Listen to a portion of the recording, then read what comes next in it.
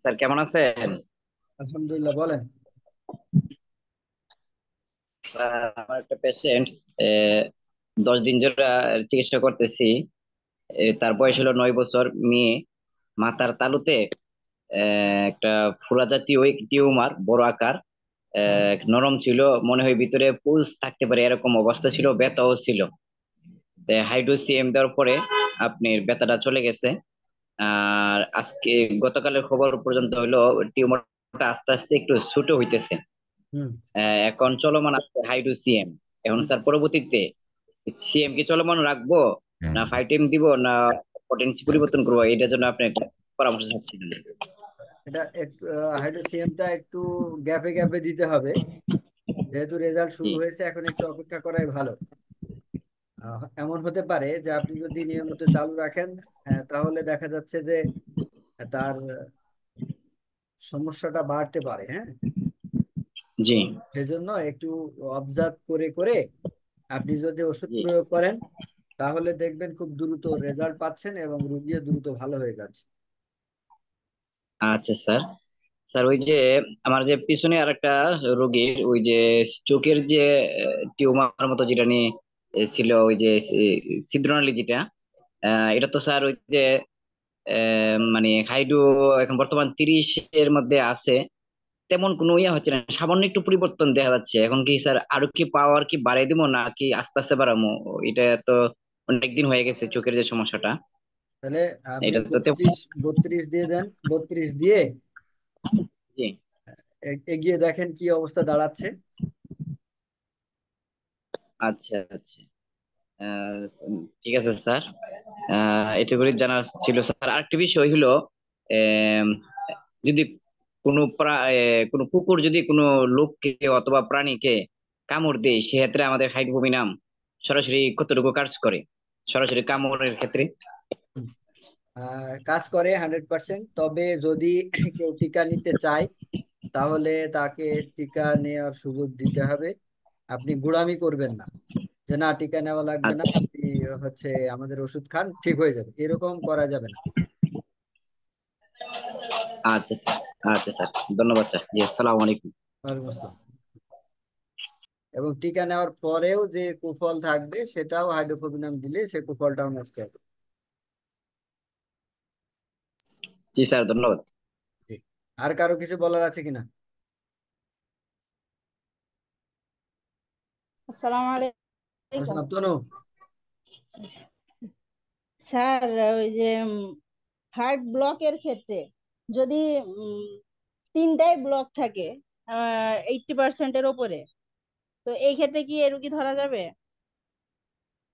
এখন এটা ধরা যাবে বা রুগী আসবে কিনা সেইটা রুগীর উপরে নির্ভর করবে। আমাদের কাছে আসলে আমরা তো ট্রাই করবই, ট্রাই করে দেখতে হবে যে তার সে হুম। কষ্ট সহ্য করতে পারছে কিনা।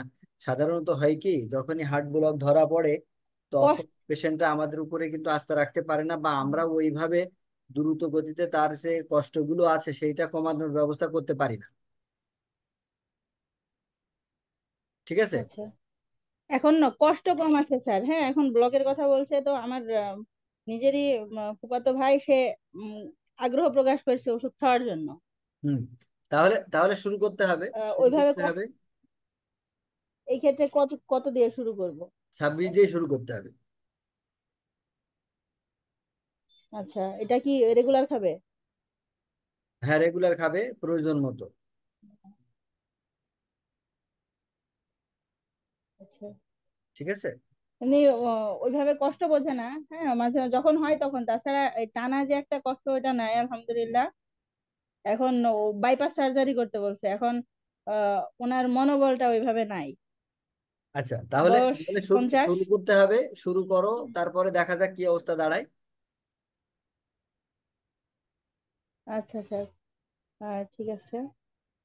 আর হচ্ছে ক্রিটিনাইন যদি অতিরিক্ত মাত্রায় উঠে যায় স্যার, এই ক্ষেত্রে যেমন 6-7-এ উঠে গেছে, এই ক্ষেত্রে কত দিয়ে শুরু করতে হবে স্যার? ওক্ষেত্রে ওটা বলাই আছে, কিডনির ব্যাপারে যেটা আলোচনা করা আছে ওই আলোচনাই এখানে যথেষ্ট। আলোচনা শোনা আছে না, কিডনি বেড়ে গেলে কি করতে হবে? আচ্ছা, শোনো। ওইটা পুরোপুরি শোনা নাই স্যার। কেন আমি সাভারেও তো আলোচনা করেছিলাম ক্রিটিনিন বেড়ে গেলে কি করতে হবে। আচ্ছা আচ্ছা। ড্রোসেরা দিয়ে শুরু করতে হবে, নোট কর।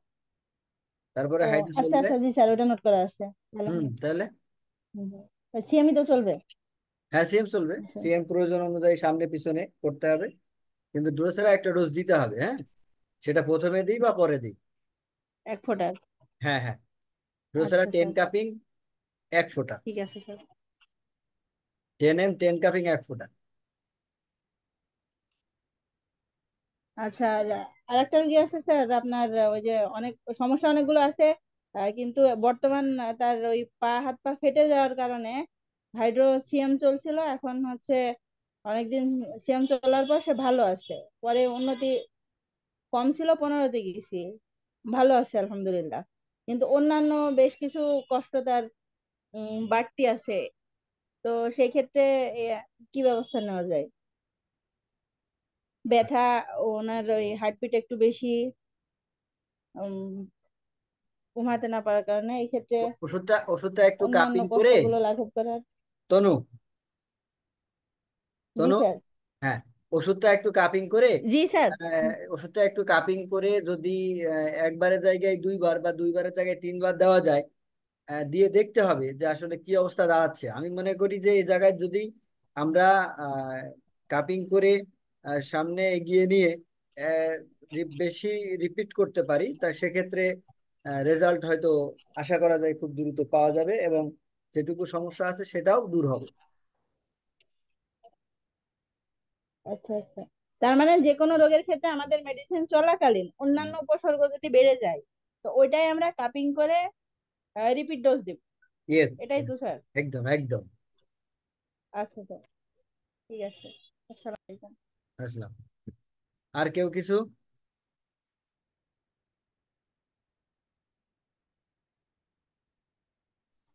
ভাইয়া আসসালামু আলাইকুম। আসলাম ইতি। ভাই ওই যে কালকে যে রিপোর্টটা দিয়েছিলাম না, হ্যাঁ হ্যাঁ হ্যাঁ ওইটার ব্যাপারে একটু আর কি কথা বলতে চাচ্ছিলাম। হ্যাঁ, বলো। তা আপনি তো বলছিলেন যে ওটা একটু মানে পানির থলে টাইপের। তা ওইটা কিভাবে কি করব, মানে ওটা যদি ওই ভিতরে ফেটে যায় তাহলে সেই ক্ষেত্রে কি মানে পচনশীল কোনো কিছু? না, পচনশীল কোনো কিছুর সম্ভাবনা কম। এটা লিক হয়ে গেলে প্রচন্ড যন্ত্রণা হবে, এবং সেই যন্ত্রণা সহ্য করা রোগীর জন্য অনেকটা কষ্টদায়ক। সেই ক্ষেত্রে রিস্কটা কেমন নেওয়া যাবে কি যাবে না সেইটা রোগীর সাথে আলোচনা সাপেক্ষে। আচ্ছা, মানে রুগী হচ্ছে আমার বান্ধবী, যার কারণে আর কি ওইটা নিয়ে একটু বেশি চিন্তিত রয়েছে। তো এখন যদি হচ্ছে তারা অপারেশনের দিকে যাইতে চাচ্ছে না, করলে কি পরবর্তীতে হচ্ছে কোনো সমস্যা হবে কিনা? না, কোনো সমস্যা হবে না। সিস্ট সিস্ট দেখা থেকে যায় তো, সাধারণত তেমন কোনো সমস্যা হয় না। দেখা যায় কি বয়সও তো অল্প, যার কারণে এখনো হ্যাঁ তো হ্যাঁ, হচ্ছে রুগী টেবি নাই, যার কারণে সমস্যার জন্য আর কি একটু টেনশনে আছে যে এটা যদি কিভাবে এটা কি যদি করবো। আমরা ট্রিটমেন্ট শুরু করি যেভাবে সিস্টেম ট্রিটমেন্টটা শুরু হয়, যেহেতু এটা একটু বড় আছে, সেক্ষেত্রে আমার পরামর্শ থাকবে মিনিমাম 30 দিয়ে শুরু করতে। তা ভাইয়া বলছি, ও দেখা যায় কি ওর অলরেডি 2 মাস ধরে পিরিয়ড হচ্ছে না, যার কারণে তলপেট অনেক উঁচু আর শক্ত হয়ে গেছে, এইটাই হচ্ছে মেইন সমস্যা। কোনো আর অসুবিধা তাছাড়া নেই, কোনো সমস্যা নেই। কোনো অসুবিধা নেই, শুরু করতে হবে। এখন কি 30 যদি হচ্ছে দেওয়া যায় তাহলে কি ওর পিরিয়ডটা কি ক্লিয়ার হবে কিনা? হ্যাঁ, ক্লিয়ার হবে।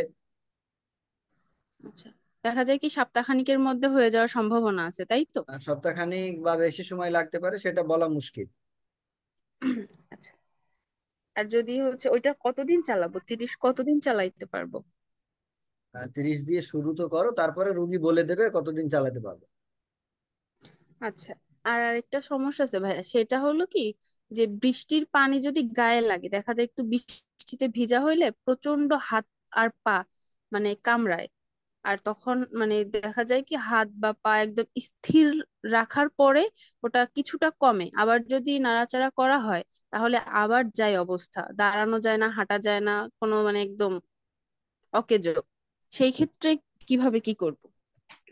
সেক্ষেত্রে প্রসিডিওর সেম, সিএম দিয়ে শুরু করতে হবে। করছি কিন্তু ওইটাও হয়েছে, তারপরে সিএম দিছি, কাজ হয়নি। পরে দিছি, তারপরে কি 03 পর্যন্ত দেওয়া যাবে? 15তেও কাজ হয়নি। তাহলে 26, 28 উঠতে হবে, থুজা দিতে হবে, ও আচ্ছা।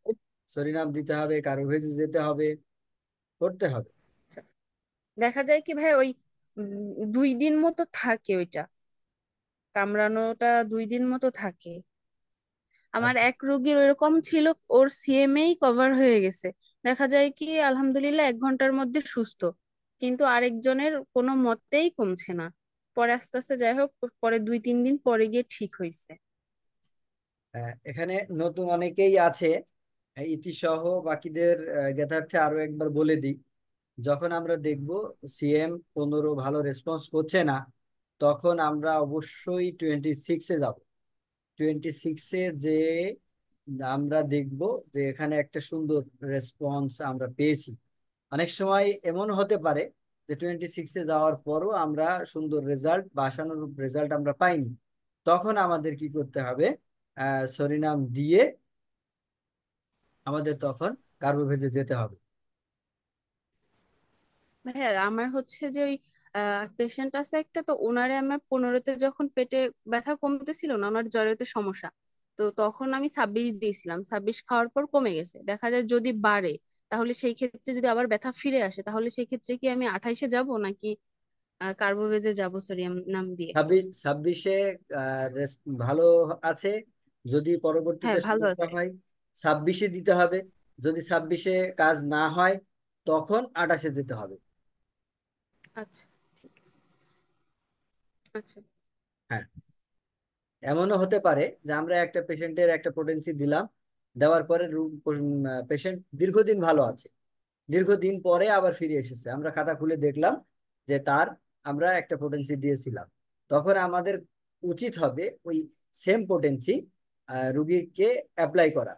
যদি দেখা যায় যে ওই পোটেন্সি রুগীর ভিতরে যথাযথ রেজাল্ট নিয়ে আসছে না বা যথাযথ ক্রিয়া করছে না, তখন আমরা পরবর্তী পোটেন্সির কথা ভাববো। আর ভাইয়া আরেকটা সমস্যা হচ্ছে কি, যে দেখা যায় কি অনেকেই আর কি পিরিয়ডের সমস্যার জন্য অ্যালোপ্যাথি ডাক্তার দেখাইছে, গাইনি ডাক্তার, কিন্তু সেই ক্ষেত্রে তাদেরকে ওই নরমেন্স ওষুধটা দিছে যেটা পিল, তা সেটা খাওয়ার পর দেখা গেছে ওই তলপেটের চর্বি বেড়ে গেছে, অনেক মোটা হয়ে গেছে। তাদের ক্ষেত্রে কি করণীয়? দেখা যায় যাই খায় বা ডায়েট করে কিন্তু ওজনও কমে না, দিন দিন দেখা যায় চর্বি বেড়েই যায় বেড়েই যায়, ডায়েট করলেও কমে না, একদম স্থির থাকে। আচ্ছা, সেই এই ক্ষেত্রে ক্ষেত্রে কি করব? এই ক্ষেত্রে যেটা করণীয় সেটা হচ্ছে যে আমাদের প্রসিডিওর মেনটেন করে শুরু করতে হবে। এবং তাদের হচ্ছে এই নরমেন্সটা যেহেতু দীর্ঘদিন কন্টিনিউ করছে, সেইটা কিভাবে বন্ধ করা যায় সেই ব্যবস্থা করতে হবে। আমাদের ওষুধ চালালে আশা করা যায় খুব দ্রুত তারা নরমেন্স থেকে বেরিয়ে আসতে পারবে। এবং যখন নরমেন্স থেকে বেরিয়ে আসবে তখন আস্তে আস্তে আস্তে আস্তে তার সবকিছু স্বাভাবিক হয়ে যাবে। এবং সে একদমই আগের মতো অত অতিরিক্ত ব্লিডিং বা আহ, ওষুধ খাওয়া বন্ধ করলেই ব্লিডিং শুরু হওয়া, এই ধরনের কোনো ঘটনা ঘটবে না। না ভাইয়া, মানে ওইটা থেকে বের হয়ে আসছে ওষুধ দেওয়ার পরে তার এখন পিরিয়ড কন্টিনিউ, কিন্তু তারপরে ওজন কমতেছে না, দেখা যায় কি যে হচ্ছে স্থির থাকছে, হুট করে আবার 3-4 কেজি বেড়ে যাচ্ছে, কিন্তু তার খাওয়ার মেনু ঠিকই আছে। আচ্ছা, থাইরয়েডটার কি অবস্থা সেটা কি দেখা হয়েছে একটু? থাইরয়েডেও ঠিক আছে জি, 2.45 আছে। 2.45 আছে, তাহলে খাবার মেনুটার কি অবস্থা সেটা একটু খোঁজ নিতে হবে। ডায়েটের অবস্থাটা কি? ওই যে নর্মাল খাবার, সকালে দেখা যায় রুটি, দুপুরে ভাত, আবার রাতে রুটি, এর বাইরে কিছু না, হয়তো মাঝে মাঝে কিছু খাওয়া পড়ে, তাছাড়া আদারওয়াইজ কিছু না, রেগুলার ওই রুটিনই। আচ্ছা, দুপুরে খাবার পরে হচ্ছে ঘুমায় কিনা? হ্যাঁ, দুপুরে খাবার পরে দেখা যায় কাজ করে, তখন তো ঘুম, মোটামুটি একটা ঘুমায়। দেখা যায় না ঘুমালে তখন আর শরীর চলে না। এই দুপুরের ঘুম বন্ধ না করলে স্বাস্থ্য কমবে না। কিন্তু ভাইয়া সেই ক্ষেত্রে তো আপনার দুপুরে যদি না ঘুমায় সে তো কোনো কাজকর্ম করতে পারে না। এটা দীর্ঘদিনের অভ্যাস, সেই জন্য হ্যাঁ, মাথা ব্যথা, মানে অলরেডি তখন মাথা ব্যথা হয়ে যায়, যার কারণেই সমস্যা। অভ্যাস একটা থাকলে সেই অভ্যাসটা পরিবর্তন করাটা তো একটু কষ্টসাধ্য। আর তার এই যে দুপুরে খাবার পরে যে রেস্ট এবং ঘুম, এইটাই তার ওজন না কমার পেছনে মূল কারণ। যদি সে নর্মাল খাবার খেয়ে থাকে তবে আমরা যদি কোনো রুগীকে ডায়েট প্ল্যান দিই, তাহলে বলতে হবে সব ধরনের খাবারই সে খাবে, কিন্তু কম খাবে। কম বলতে কেমন কম? সকালের দিকটায় রোগী যদি পরিশ্রমী হয়, তাহলে সকালের দিকটায় সে মোটামুটি খাবার খাবে, এবং সকালে যা খাবে দুপুরে তার অর্ধেক, এবং দুপুরে যা খাবে রাতে তার অর্ধেক। এই তিন টাইম, তিনবার ভাত বা ভাতের সাথে খাবার খাওয়া ছাড়া অন্য কোনো খাবার সে খাবে না। চা খাওয়ার অভ্যাস, বিস্কিট খাওয়ার অভ্যাস যদি এগুলো থেকে থাকে, তাহলে বিস্কিট খাওয়ার অভ্যাস পরিহার করতে হবে, এবং চা খাওয়ার অভ্যাসটা যদি থাকে, তাহলে চা বিনা চিনিতে খেতে হবে। এক্ষেত্রে একটা প্রশ্ন আসবে যে ওই জিরো সুগার যে পিলগুলো পাওয়া যায় বাজারে, সেটা খাওয়া যাবে কিনা। আমাদের সাজেস্ট হবে হয় চা খাওয়া একবারে বাদ দেবে, না হলে জিরো সুগার দিয়ে চা খাওয়ার কোনো দরকার নেই। কারণ চিনি থেকে কেমিক্যালে যাওয়ার কোনো প্রয়োজন নেই। আর অধিকাংশ মানুষের মুখ চালু থাকার কারণে তাদের ডায়েট কন্ট্রোল তারা করতে পারে না, বা তাদের ওজন নিয়ন্ত্রণে রাখতে পারে না। অতিরিক্ত খাবার খাওয়ার কারণে দেখা যাচ্ছে যে সে বলছে না আমি তিনবারই ভাত খাই, অন্য কিছু খাই না। তো তখন আমাদের খাবারের পরিমাণ, খাবারের পরে কি করে, কি তেলের রান্না হয়, যেমন আমরা সবসময় বলি যে আমরা সয়াবিন তেলটাকে একদমই বন্ধ করে দেব। সয়াবিন তেল খাওয়া বন্ধ করে দিয়ে সরিষার তেলের রান্না, বা তেল যতটা কমিয়ে বিনা তেলের রান্না ইত্যাদির ব্যবস্থা করতে হবে। এখন কথা হচ্ছে যে সয়াবিন থেকে আমরা কেন বেরিয়ে আসতে চাইছি। আমার পার্সোনাল যে রিসার্চ রয়েছে, সেখানে আমি দেখেছি যে অধিকাংশ মানুষের গ্যাসের সমস্যা, তারপরে ফ্যাটি লিভারের সমস্যা, আহ, তারপরে হচ্ছে ওজন বেড়ে যাওয়ার সমস্যা, এগুলো সমস্তটাই শুধুমাত্র সয়াবিন তেলে রান্না খাওয়ার কারণেই হয়ে থাকছে। এগুলো যখন এখান থেকে বাদ দিয়ে দেওয়া হচ্ছে, তখন অধিকাংশ মানুষের এই সমস্ত সমস্যাগুলো কমে যাচ্ছে। এবং কিছু আহ, খাবার খাওয়া, যেগুলো ফাস্টফুড জাতীয় খাবার খাচ্ছে কিনা, তারপরে হচ্ছে বাইরের খাবার ঘন ঘন অল্প অল্প করে বারবার খাচ্ছে কিনা, এইগুলো সমস্ত দিক দিয়ে বিবেচনা করে আমাদেরকে সিদ্ধান্ত নিতে হবে এই মানুষটার ডায়েট চার্ট আমরা কিভাবে তৈরি করব। ওপেন তার সাথে সমস্ত আলোচনা করতে হবে, এবং তাকে বলে দিতে হবে, বুঝিয়ে দিতে হবে। অনেক সময় মানুষ বোঝে না যে আমি এটা খেলে কত ক্যালোরি যোগ হচ্ছে, কত ক্যালোরি যাচ্ছে। তো তো সেইটা আসলে খুব একটা মুশকিল ব্যাপার হয়। আমি এই জন্য সবসময় রুগীদেরকে সাজেস্ট করি আপনি সব খাবার খাবেন, কিন্তু আপনার পেটটাকে করবেন তিন ভাগ।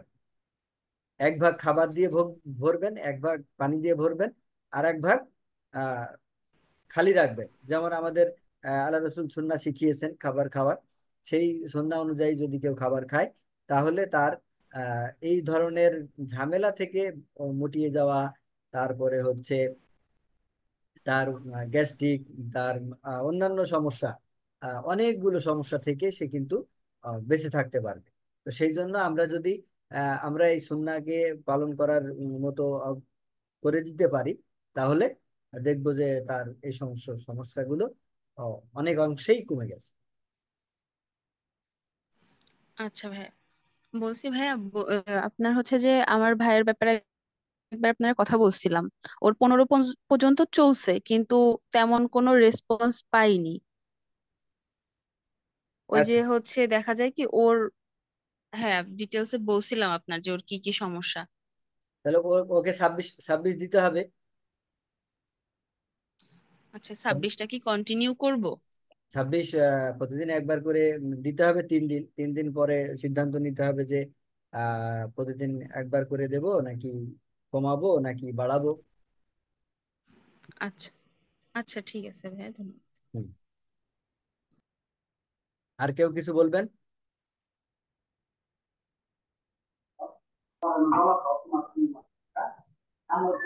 বুঝাইছে?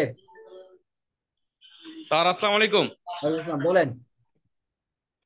স্যার ওই যে আমার আহ, ছোট্ট একটা বেবি ছিল, ওই যে 14-15 মাস বয়স, অ্যাবনর্মাল স্যার। তো এই বেবিটাকে আমি স্যার দিয়েছিলাম, সিফলি নাম দিয়েছিলাম স্যার। সিফলি নাম 18 পর্যন্ত ওঠার পরে দেখলাম কাজ করছে না, 200-তে আসলাম, 200 পরে 500, তো এখন স্যার বললাম 500 কাজ করছে না খুব বেশি একটা। স্যার এখন কি করতে পারি স্যার? 1M দেন। স্যার 1M দিছি এই একটু আগে, তো ওই দেখা গেছে ওষুধ দিলে 2-1 মিনিট কাজ করে বা 5-7 মিনিট করে, তারপরে আর কাজ করছে না। ওষুধ কোনটা চলছে? সিভিলিয়াম 1M স্যার। আচ্ছা, এক ডোজ থুজা দেবেন। 1M দিয়েছেন, কালকে এক ডোজ থুজা দেবেন। কালকে আবার 1M রাখবেন, কালকে আমাকে জানাবেন।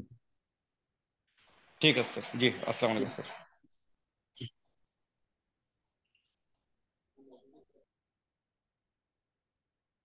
আর কেউ কিছু বলবেন? আসসালামু আলাইকুম আসসালামু স্যার। আলাইকুম রহমতুল্লাহ। ইসলাম। শহীদুল। স্যার ভালো আছেন? আলহামদুলিল্লাহ, বলো। স্যার যেহেতু থুজা সব জায়গায় দেওয়া রাখতেছে, তাহলে থুজাটাই প্রথম চেনে রেখে এটা দেওয়ার পরে তারপরে হাইড্রো দিয়ে শুরু করলে কেমন হয়? এটা আরো কিছুদিন পরে বলতে হবে, হ্যাঁ। আচ্ছা ঠিক আছে। অনেক আর একটা অনেক কথা যে অনেকেরই অনেকেরই এরকম একটা কিউরিসিটি তৈরি হয়েছে। আজকেও একজন হ্যাঁ আমার সাথে শেয়ার করছিল। এটা আমার ভিতরে আরো বেশ কিছুদিন আগে তৈরি হয়েছে। আমি সেগুলো অ্যাপ্লাইও করেছি।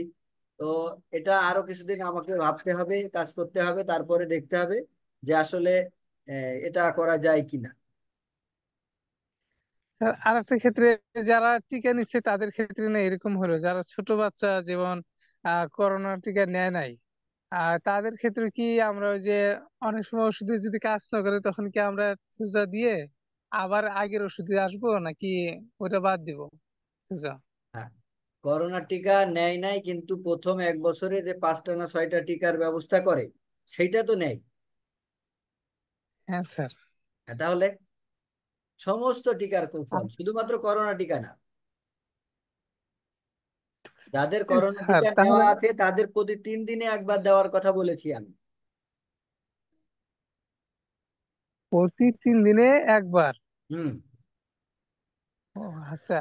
স্যার যে ওষুধ চলতেছে আর মাঝখানে একবার করে পূজা খাবে তারপরে আবার হ্যাঁ, হ্যাঁ। এখানে, স্যার এখানে পটেন্সি কি শুধু সিএমই থাকবে না অন্য পটেন্সি দেওয়া যাবে? প্রথমে সিএম দিয়েই শুরু হবে, পরবর্তীতে যদি প্রয়োজন মনে হয় তাহলে পাওয়ার বাড়ানো যাবে, কোনো অসুবিধা নেই।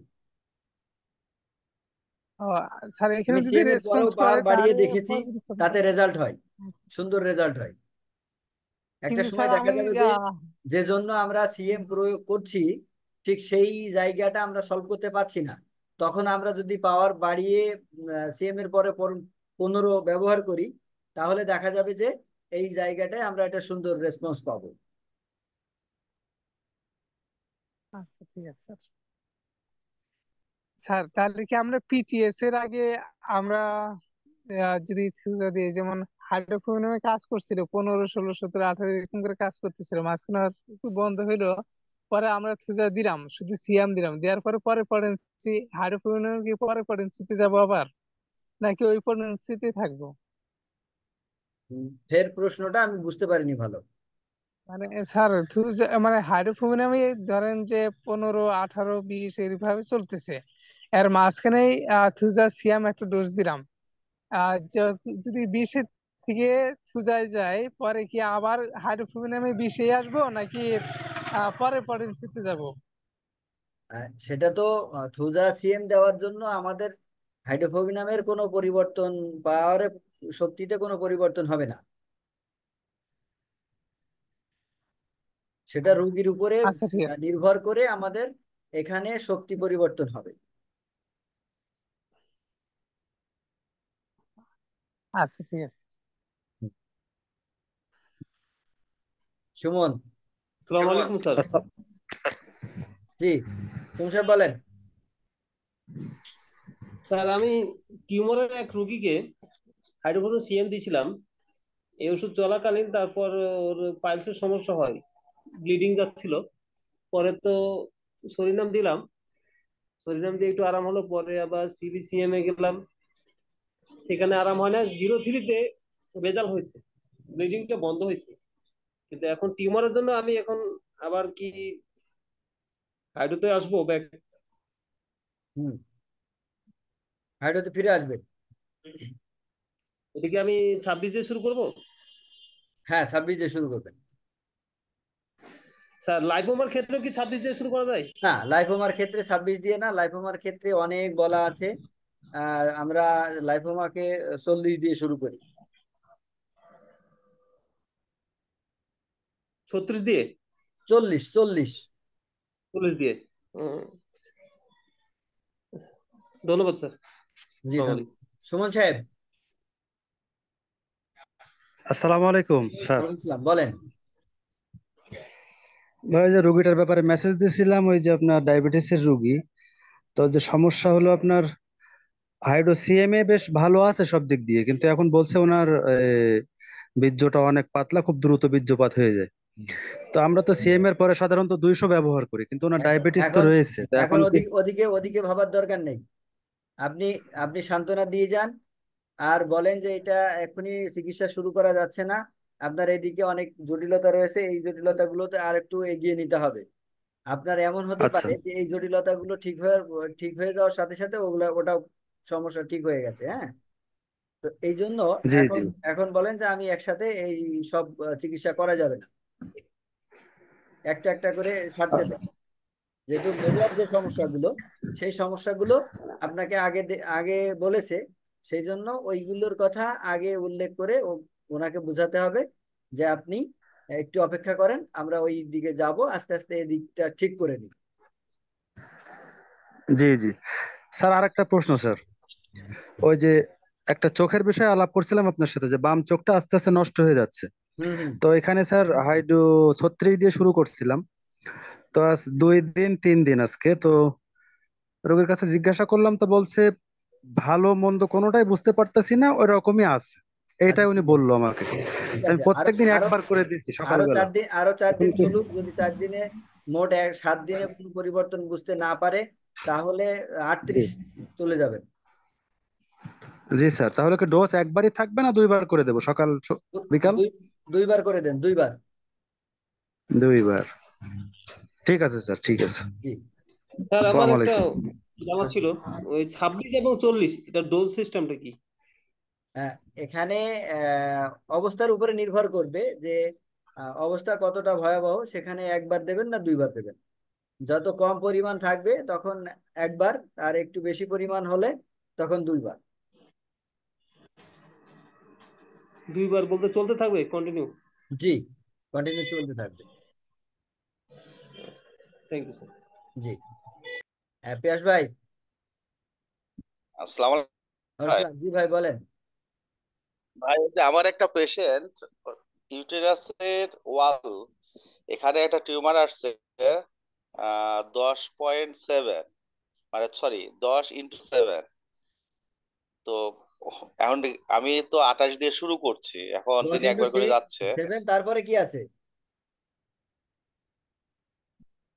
দ- হ্যাঁ, মানে এখানে 10.60 সিএম ইন্টু 7 x 8, মানে 0.8 সিএম, ভাই, এ তো অনেক বড় tumor, সেন্টিমিটার। অনেক বড়।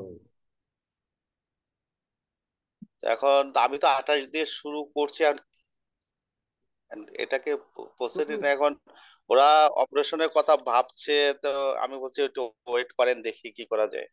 আসলে কতটা কি করতে পারবেন আল্লাহ ভালো জানেন, তকদিরে কি আছে।